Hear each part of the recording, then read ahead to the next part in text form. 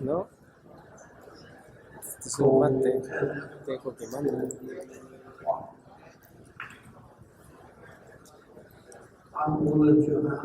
Están cargados. And we work with a lot of different things. We have some customers, and we want you to be our customer, we want to earn money and do more things. So it's a slide. I want to speak about RTP, real-time communication protocol. The real-time communication protocol is important. And it deserves some attention. The text here is very small. The real-time transport control protocol. I'm showing you.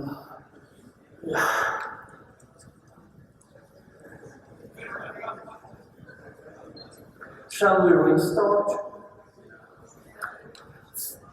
Let's do this in another way. Let's reboot the revolution. The open source revolution, the open source communication revolution, the open source telephony revolution. Let's reboot the whole thing. Let's reboot my presentation. Right? Are you with me? Yeah. Thank you. The revolution goes on. 10-4-1. I have a story to tell. Once upon a time, there was a developer in Huntsville, Alabama. He sold support services for Linux systems.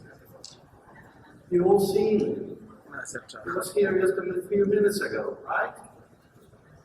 He needed a PBX. More support, more phone calls, needed a phone system. We looked at the prices for phone systems and thought, oh, this is expensive. I can do this myself. I need a phone system. How complicated can it be? Right? 1999, 15 years ago, on December 5th, Mark Spencer created Asterisk. Mark Spencer started building the PBX for his support company. After a while, this became the main business of Linux support services in Huntsville, Alabama. The PBX is still not done. They're still building the PBX. How hard can it be? Right? 15 years ago, in December, long live Asterisk. But Asterisk is a teenager. It's puberty. 2002. What happened then? Another important thing. SIG 2.0. Yeah! Oh. Yeah. Right. The SIG protocol version 2 came out, and the protocol wars began, because this wasn't the first IP telephony protocol. In fact, it was really weird, because it was no IP telephony protocol at all. It was stupid compared with ISDN and H323 and the EIX and all the other protocols. So Mark sat down and started coding a 6-channel driver for Asterisk. What can it be? Well, I realized how hard it could be, so I started using Asterisk.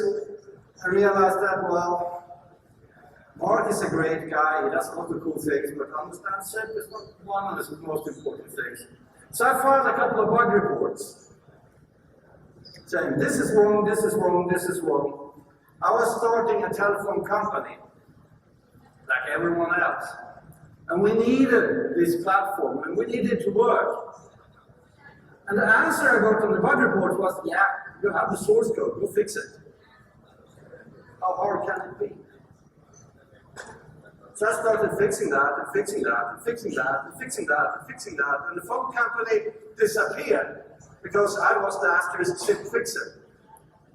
And I've been doing that for many years. How hard can it be? It's open source. But it all started 1999 and then 2002. 2004 was a really bad year in Sweden. Right? We had a really hard crisis after .com and everything. Two of the major corporations in the IT business, Ericsson and Telia, took out more than 50% of the employees. I didn't really know what to do. How hard can it be? So I bought a ticket over to a conference in the US called VON, Voice on the Net. And when we came there, me and Steve Sokol and a few others, the big guru, Jeff Pulver, pointed at us and said, "Hey," he said to everyone in the audience, from every big telco, every big manufacturer, "Look at these guys and remember what they're doing. You will hear the name Asterisk. They are starting the revolution. Watch out." And we felt like, guerrilla leaders, right? Can you come? Right. Here's Steve Sokol in the Asterisk booth. As Mark said, it was a small company in Alabama with a very small booth.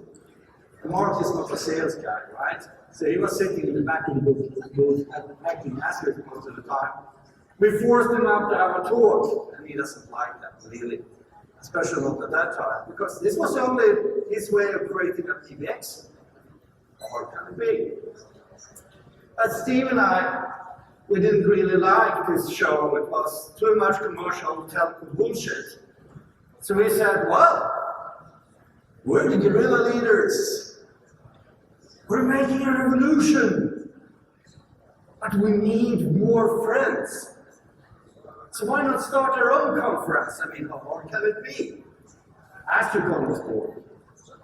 And we said, well, if we get 50 people, fine, we're going to have 50 people for beers and we're going to hack Asterisk and have fun. Cool. By the time I left Sweden to go to the US, we had 120 registered attendees. When I landed in the US, we had 300. When we arrived at Atlanta, we had over 500 people. Over 500 people in the hotel waiting for us to start Astricon. We realized how big Asterisk had become. It was a revolution. 5 years. Now we're 15. So, what did we talk about? Of course, Asterisk was a big thing. The new thing, the bridge, like Mark said, traditional TDM to the cool new world of voice over IP. You could do everything ISDN, everything TDM, analog phone lines, as well as SIP. Ooh, sexy. So in Astricon, we have telephony people, we have network people, we have telcos, datacoms, all kinds of crazy people. We had a lot of fun and a lot of heated discussions.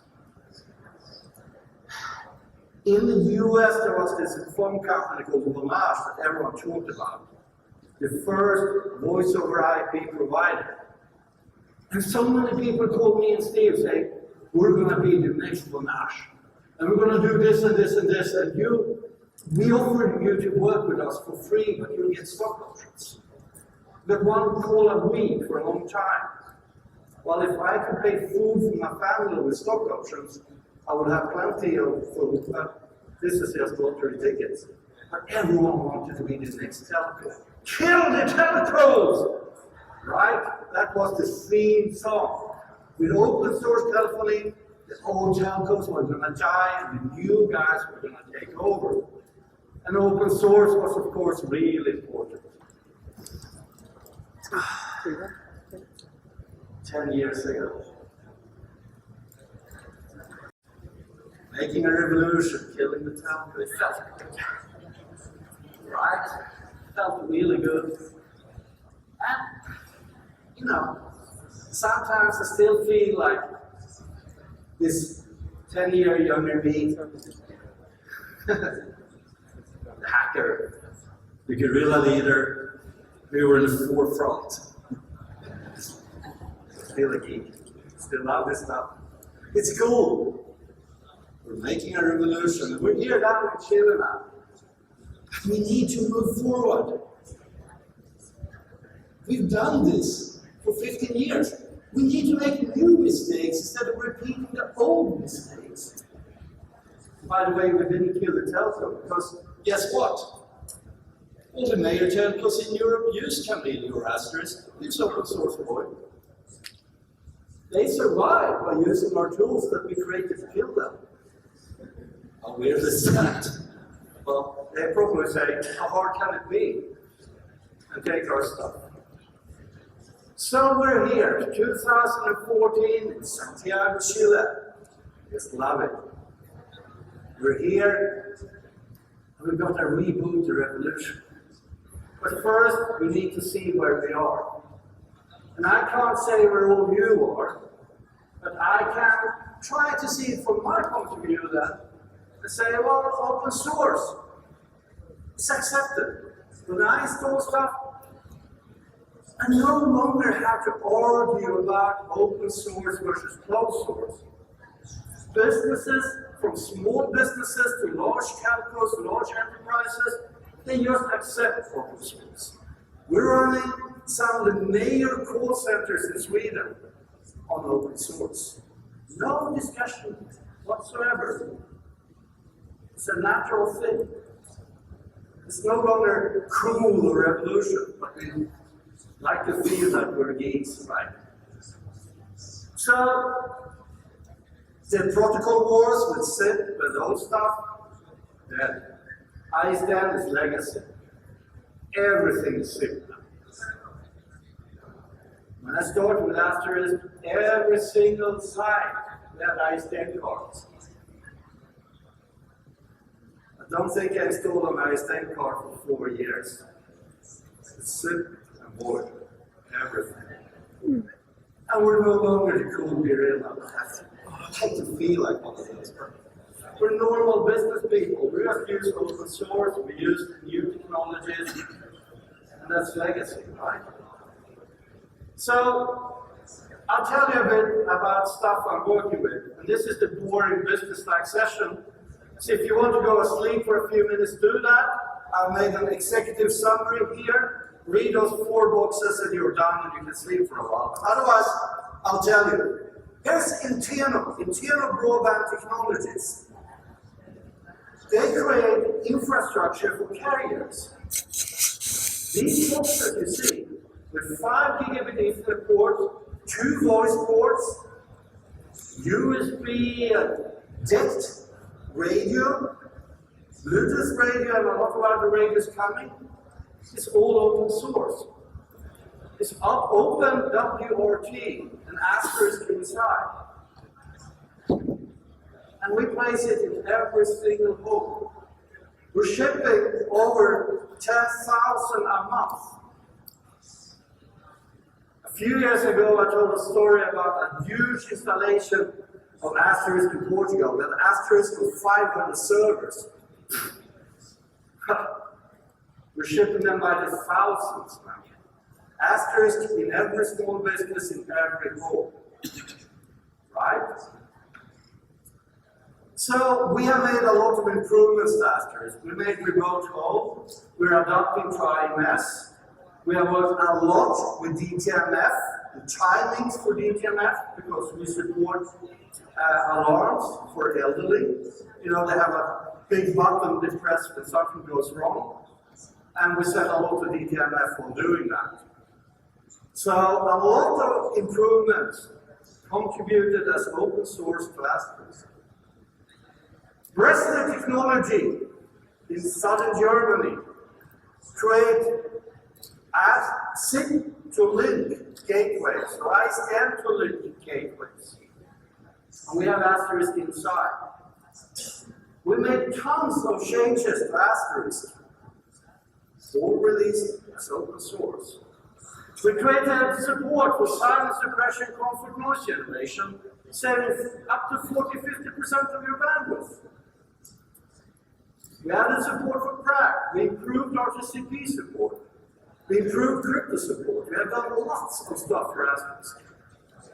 Open source.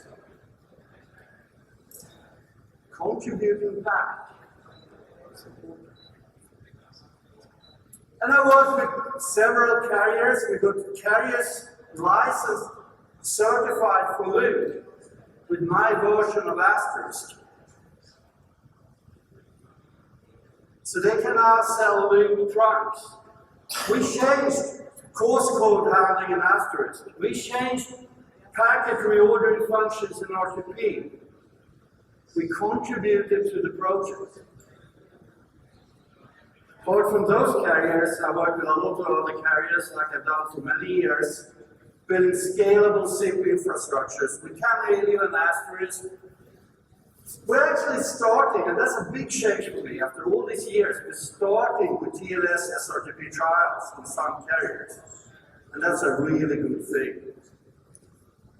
We have Chameleon everywhere in these architectures. Call centers the same, but here we build solutions that are really focusing on calls. We have call center queues with up to 2,000 participants in one server. Running Asterisk 1.4, right? Here RTCP is important because we need to measure call quality. We get call quality records for every single call into a MySQL database. We get information in real time to the manager board, so you can monitor call quality. This is critical for a call center. If one of the agents starts looking at a YouTube video, we can see that in real time and not send the next call to him until it stops. Because we need the call quality. Media is in focus. Another really cool project I worked with this summer is the public radio of Sweden. You know, you think you have pretty cool calls, right? With 50 people in a conference. We have a call with millions and millions of people listening in. We use SIP from the sports arena or the concert hall playing ABBA. ABBA music. Use SIP all the way up to the broadcast network. The broadcasting is right up. We want asymmetric media because the channel back from the control room to the people managing in the sports arena can be very narrow back. I mean, 16 kilohertz is okay, but the audio coming back is all about filling every single byte we can. We need the best possible audio ever. It's way cool. And it's just Chameleon in the core. Very advanced phones, but it's a normal SIP network. This is a European standard, a European Broadcast Union standard.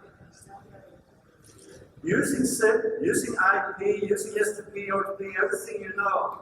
Just that the media is so far from what you have in your Asterisk servers, so you wouldn't believe it. I also work in the SIP forum with SIP tests. I'm the chairman of the IPv6 working group. But that position has forced me to become active again in the IETF. So I'm actually trying to modify SIP standards on the security area and on the topic of IPv6. So I've done a lot of cool things since the last time we talked. I have a lot of Asterisk patches floating around. Cool stuff, I think. Where can you find it? Well, you can find it on the DGMSVN server. Very few of these, even though some of this code is more than 5 years old, have found its way into Asterisk. But I got a mail the other day that the project leader of Asterisk, Matt Jordan, is actually I take some of my code and integrate now. I think the attitude is changing slowly. But I had a bad feeling for a long time that code contributors doesn't make it into Elastic. I've rewritten all the DTMF handling, I've rewritten RTP handling, and we haven't seen that code coming in. It's all open source, all available if you want to test. But 15 years, I built platforms with Chameleon or OpenSeer, Seer, since day one, and Asterisk together. But is this really the platform that's going to solve the problems 2 years from now? 5 years from now? It's a PBX at the core, the solution we really want. We see new ways of communication.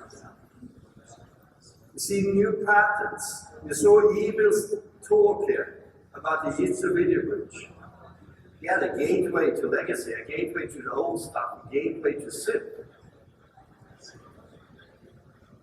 Gateway to the old stuff. We need to rethink. And it's really, really important to look at the new stuff and see where it's going. Some people tell me that, hey, we're gonna kill SIP. Gonna kill all the SIP guys because now WebRTC is coming. Yeah, we said that 10 years ago. Big changes take a lot of time. I think WebRTC is really, really cool. But I don't think the primary application is the Skype killer. There are so many other applications we can build. WebRTC is peer-to-peer between web browsers. All kinds of applications, including data channels, video, audio. We're going to see cool new games. Really interesting business applications where we work together over networks, regardless of where we are globally. Because this stuff is built to traverse maps and firewalls. But one thing I know is that all of this comes down to media. And the more time I spend in media, I see that we need to do something. We need to build a new architecture that is not a PBX, a media handling architecture, because this part is really missing. I see bits and pieces out there. Adrian is working on soup servers, some other guys turn servers, RTP engines. Bits and pieces are out there, but there's no architecture. There's no glue. We need to focus on this for a while and build a cool new server that will be the revolution base for the next 10 years. Future and the past, where are we now? Well, everything is IP. Michael Edeman said that earlier today. IP is everything. Internet protocol. No one thinks that's new. If I said that 10 years ago, people look at this. You know, we have WAC and we have GPRS and stuff. No one bothers with that. Everything is internet protocols. People are bypassing the carriers. They're building applications on top of IP, on top of the cell phone infrastructure, over the top applications. They're running in circles around the carriers and their old-fashioned business models, creating really, really cool stuff. The carriers are trying to get the customers back, please, come back, come back, come back. But the users push them down the stack and say, well, we just want you to move the bits. And we're getting the services from WhatsApp, from Facebook, from Viber, from wherever. Just make sure I have IP. Then I'm fine. And the carriers hate it. They want to be at the top, premium charge, right? And the carriers, in order to move fast, to be part of the revolution, hello there, wait for me, wait for me. They use open source. How hard can it be? Right? So the winners. SIP, RTP, XMP, HTTP, of course. We build new applications with these protocols. All running over what? All running over what? We're moving everything on top of HTTP or HTTPS. We're breaking the internet architecture, and then we're adding an API on top of all this, because APIs are cool. Yep. Why are we running everything on top of 4443? Because enterprise networks are bad. Hotel networks it's the only way to traverse the different strange networks, because we broke the networks. So, okay, those are the winners. Who are the losers? I'm looking at it. Sorry, guys. We need a revolution. You need to take control back, because the internet was built in a distributed way, a decentralized way. You haven't got any invitations to email. Everyone sets up their own email server. We communicate with DNS. We can have millions, gazillions of email servers, and they just work. When I send email, I don't have to think about it's probably using Vina email or WebRTC email or Cloud Something email. Oh shit, it's using video email. I haven't got an account. I need to fix an account. But that's how it works now in chat. That's how it works with a lot of communication services. We're focusing on brand names, private protocols, isolated islands. This is all because that's what the venture capital understands. Oh, you've got to have the customer by default, right? You have to own, control the customer. Then I'll give you more money. Right? That won't work for email, though. And in my part of the world, I look at every public tender for SIP, and they refer to this 12-year-old RFC. We have worked on SIP. We have added stuff to SIP. SIP has become teenager. Why point to this old document when we have so much better? Oh, that's what the customers ask for. Ask the phone vendors here if you can call any calls to OEG and Internet on their phones. Alphanumeric names. That was actually the original plan. Ask them if they support groups. If they support outbound, if they support TLS, SRTP, you'll probably find one single guy who says yes, yes, yes, and he's sitting right here, so you can't ask him in the booth. You guys need to help me move SIP forward. Learn new tricks, improve. We're sitting here with a broken house. Right? It's broken. And you know what? The most important problem that is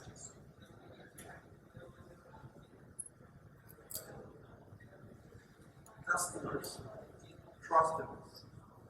Customers believe that we have built good solutions, that we have built secure solutions, because that's what always had been delivered from the telephone guys. They trusted the telephone guys. The telephone guys brought a cable to their home, to their office, and it was secure connection. And then connected to their device, and they got privacy, integrity, protected by law and something. They moved to VoIP. And we're sending everything in clear text. And after all the fuss last year about Edward Snowden and everything that's happening on our networks, is that a good thing? When your customers discover what you have been doing to them, it takes years to build loyalty and trust in the customer base. It takes one article in the press, then it's gone. It's going to cost us a lot if this actually comes out. But we can work on it. We can fix this. We can gather together, improve stuff, come up with better solutions, take back security to what we do. Build secure solutions. Open source can do that. It's a community effort. We work together, and open source is a shared resource. We all invest bits and pieces, like my customers are doing. Invested bits and pieces of Asterisk, and you can all use it. That's how we work. Of course, unless there's a lot of bureaucracy and problems and procedures and stuff on the way, then open source is as broken as commercial, but let's forget about that. Mark was very clear on the benefits of open source. He said, it's usually more secure, because when open source software gets big, we get security analysis. People love to say when we're doing wrong. That's a good thing. It's a very competitive marketplace for you as a customer. If you want someone to help you fix it, there's not one single company where you have to stay in line. There's tons of people who can look at the code and fix it. And you can give the fix back to the project.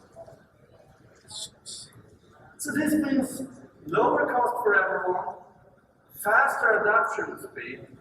We can move quickly in open source. So relax, open source will take it. We're going to work together, all of us, and fix the security issues, add the new cool stuff, make new mistakes. Open. Open as a source. Open. For me, ever since I started working with computers, open has been a really important word. And we need to stay open. Open systems, open protocols, open networks, and open source. Open protocols is as important as open source. We can't go around in Chameleon or OpenShift or Asterisk and say, we got to fix our market share. You know, the numbers are not going up. What about if we change the protocol a little bit? So people have to use Chameleon servers and Chameleon phones and Chameleon gateways. Wouldn't that be clever? You would look at this and say, what the hell are you doing? Are you crazy? Because now I can't use standard zip codes. I can't use standard zip trunks. I can't use standard things. But the big vendors, they succeed in doing this. The big vendor in Seattle succeed in creating their own hacked version of zip that they don't license out. I don't understand why your customers accept it. It's got to be open. Open. The internet was built with open. Open protocols. Without open protocols, the internet wouldn't exist. And the open protocols gave us interoperability. Look at the word. Smell it. Feel it. Interoperability. Interoperability. To make sure that we all follow the same standard. To make sure you can buy anything that says SIP protocol and it works together. This doesn't come for free. We have had over 30 meetings in the SIP development community. 30 weeks we have spent testing to make sure things just work together. This is what every network engineer should work with. Interoperability. But too many people forget it. Too many people forget to require interoperability from their vendor. You need to take this back. Boy, you have Sí, me queda la to grande ahora. You're building the internet together. We need interoperability. Require interoperability. Tengo la otra lista. That doesn't make sense. Ya ahora. 10.4.1. What's this? Right. 10.4.1. Estoy listo. Well, Paul called me. Oye, ven a Scott buscar. said, hey, I got to have a name for your presentation. I thought about it, said, well, I don't know. Néstor. I'm going to talk like about this and that, like every, I need a title. Que se Okay. cayó. 10.4.1. What is that? I said. Well, I'll figure it out. So it's 10.4.1. Because for many years, I traveled around and had speeches where I gave everyone 10 things to remember, 10 things to do. No one could remember 10 things. Ahora va a pasar lo último del It's día. too much, Ahora sí que pasa lo último. right? Last year in Mexico, I talked about 4 different things. I think I said, let's focus. 4 things. 10, 4. Ya. Security. Always work with security. Federate or die. Use DNS. Place calls over the internet. Build for the future. Don't continue to build a broken network where you have to spend time on that traversal. Use IP version 6. ¿Cómo empezó la nueva? That's the only way we can scale this network. If you're going to have fiber all over Chile and add every village, there won't be enough IPv4 addresses because there are no more IPv4 addresses. They're going to cost too much. IPv6. The last bullet was about audio. The internet and the TCP/IP network in your office doesn't work like the ISDN network. And we're still using audio technology, codecs, built for ISDN networks. That's stupid. Use the Opus codec. It's built for this. It works. You're gonna love it. Well, I guess that was too many things. So this year, I'll give you one thing to remember and focus on. And I want your help. Alright? So I'm kidnapping you, all of you, on this task force for the one thing. The one dream. No, one thing. We're ready! You want to hear? Oh, you're a tough one. Gosh.